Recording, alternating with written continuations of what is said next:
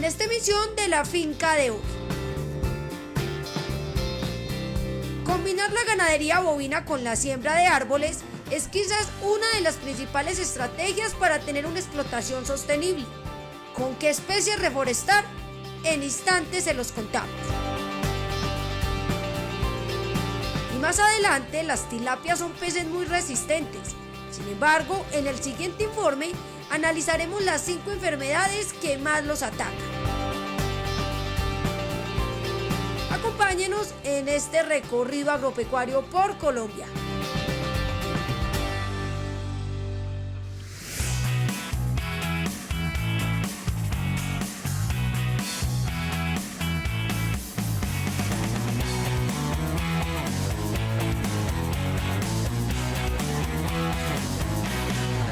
Si bien es cierto que para los ganaderos es cada vez mayor la preocupación por hacer de la arborización una actividad más dentro de la finca, lo realmente importante es que sepan cómo realizar una reforestación asertiva, lo que implica sembrar las especies arbóreas correctas que ayuden a proteger y conservar el suelo y no aquellas que le roben los nutrientes y terminen deteriorándolo. En todo proceso de reforestación, así no sea para una finca ganadera, se recomienda utilizar especies nativas de la zona, porque si utilizamos especies exóticas, no sé, eucaliptos, acacias, obviamente esto nos va a robar los nutrientes y bueno, va a disminuir el índice de humedad en el suelo, porque estas especies no son nativas, no aportan para la conservación del recurso suelo. Estas plantas exóticas pierden mayor cantidad de agua en comparación a las especies nativas, por lo que también necesitarán más agua para realizar sus procesos de fotosíntesis. Además, extraen minerales importantes del suelo como el hierro y el aluminio, ocasionando intoxicación y acidificación del suelo. En esta finca, ubicada en el municipio de Facatativá, en Cundinamarca, a 2.930 metros sobre el nivel del mar, se sembraron de forma perimetral cedros, robles, arrayanes, alisos, cajetos y eugenias. No es lo mismo que ir a sembrar, no sé, en los llanos. Las características del terreno, las características del suelo son completamente diferentes. Como decir, una especie nativa del Pacífico, el mangle. Entonces allá los procesos de restauración o reforestación se realizan con mangle, con las especies nativas de allá. Las distancias de siembra de los árboles dependerán de la forma en que desee realizarse la reforestación y los tipos de especies a sembrar. En este predio se establecieron como cerca viva a una distancia de 1.5 metros aproximadamente. Que hay especies de alto porte y de mediano porte. A las especies de alto porte se recomienda una distancia aproximada de 3 metros entre cada individuo. ¿Por qué? Porque al momento que se desarrolle, si lo dejamos de 1.5 metros, el desarrollo de las raíces no se va a ver obstruido, van a estar compitiendo entre los dos individuos. Al plantar un cedro, un roble o un nogal, las distancias recomendadas son de 3 metros entre cada árbol al ser especies de alto porte. Los ganaderos que implementen la reforestación en sus fincas deben entender que la labor no termina al sembrar la especie. Básicamente las recomendaciones que se tienen es no solamente es sembrar el individuo arbóreo, sino también realizar actividades de mantenimiento. Si no realizamos actividades de mantenimiento, pues el individuo arbóreo no va a sobrevivir y el índice de mortalidad de la reforestación va a estar muy alto. Entonces es recomendable hacer el plateo y el deshierve respectivo.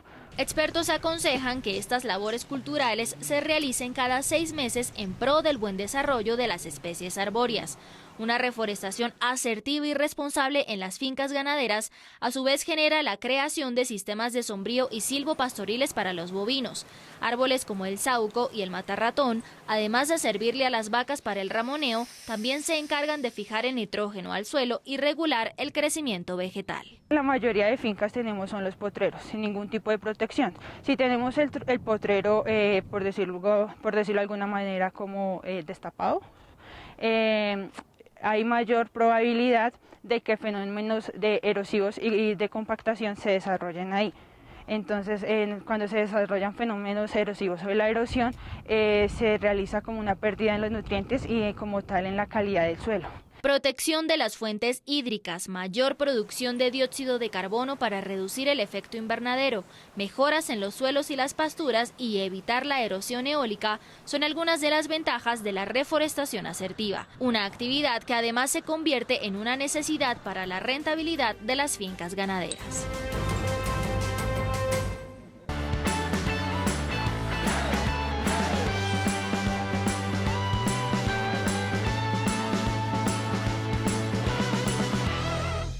Con hasta 34 grados de temperatura y una humedad relativa que supera el 64%, la estación piscícola Montefis, ubicada en el municipio del Retorno, departamento del Guaviare, encontró en la tilapia roja el pez ideal para hacerle frente a las condiciones adversas propias de su zona.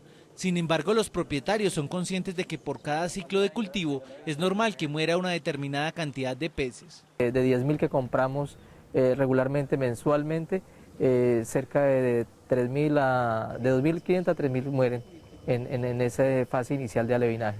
Esa es una de las situaciones a las cuales tenemos que enfrentarnos. Ideal esa mortandad que no supere el 10-15%. Sin embargo, se experimenta a ciencia cierta mortandades superiores al 20-25%. De acuerdo con la experiencia, la mayor vulnerabilidad se presenta antes de que los peces cumplan las 8 semanas de vida. Ese es el tiempo que se tardan los alevines para adaptarse al espacio definitivo destinado a la ceba. Pueden morir por hipoxia, o sea, por falta de oxígeno en los tanques, o pueden morir por alguna elevación de algún parámetro, especialmente el del amonio. Les decíamos, el amonio es un gas letal en caso de sobrepasar las 2.5 partes por millón, ya empieza a ser letal en los peces. Variaciones bruscas de temperatura. Con el fin de sostener la venta mensual de 10.000 tilapias rojas listas para el sacrificio, cada una con un peso comercial de mínimo 300 gramos, nuestro entrevistado encontró en la planeación su fórmula para hacerle frente a los índices de mortalidad. Mantener la rentabilidad del negocio le obliga a lograr siempre una ceba efectiva del 80%. Considerando esa pérdida, hay que calcularla inicialmente, no después. Entonces siempre consideramos comprar más de lo que consideramos que finalmente vamos a sacar. No siempre pensaría que para 10.000 hay que comprar por lo menos unos 15.000 alevines. Siempre compramos ese porcentaje adicional, ¿sí? Entonces los lotes que compramos son de 6.000 quincenales o 12.000 mensuales, considerando que haya ese nivel de mortandad durante el lapso. Aparte de los índices de mortalidad por adaptación, Nelson Montero manifiesta temor a 4 grupos de enfermedades que, según él, son catastróficas para cualquier explotación de tilapia, y son las siguientes. Virus de la tilapia. No tiene en este momento un antibiótico, no tiene un antiviral. Básicamente es manejo.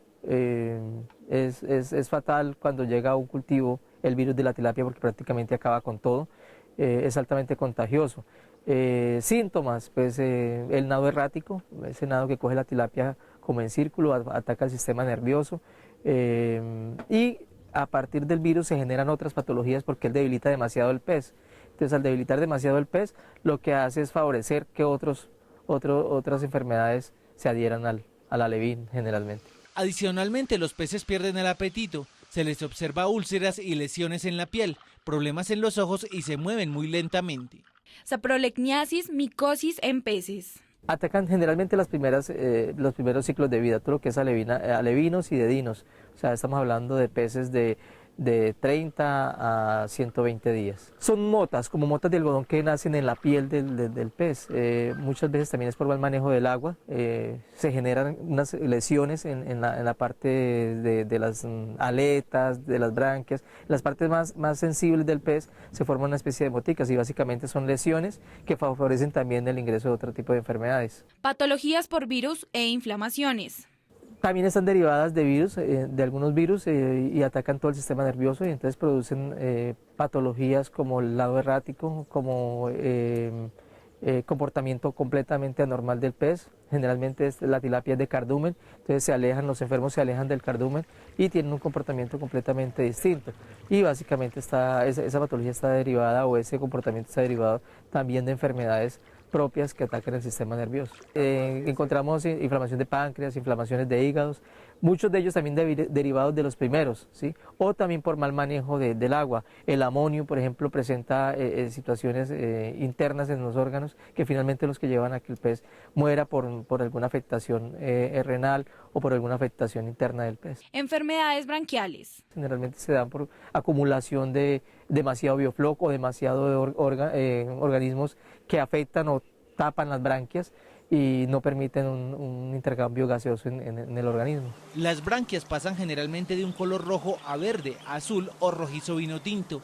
La mayoría de las enfermedades, que se confirma únicamente con la disección en laboratorio, aparece debido a un incorrecto manejo de los estanques y calidad deficiente del agua. Esto favorece la aparición de virus o bacterias. Hasta aquí el capítulo de hoy. Espere mañana más historias del campo colombiano.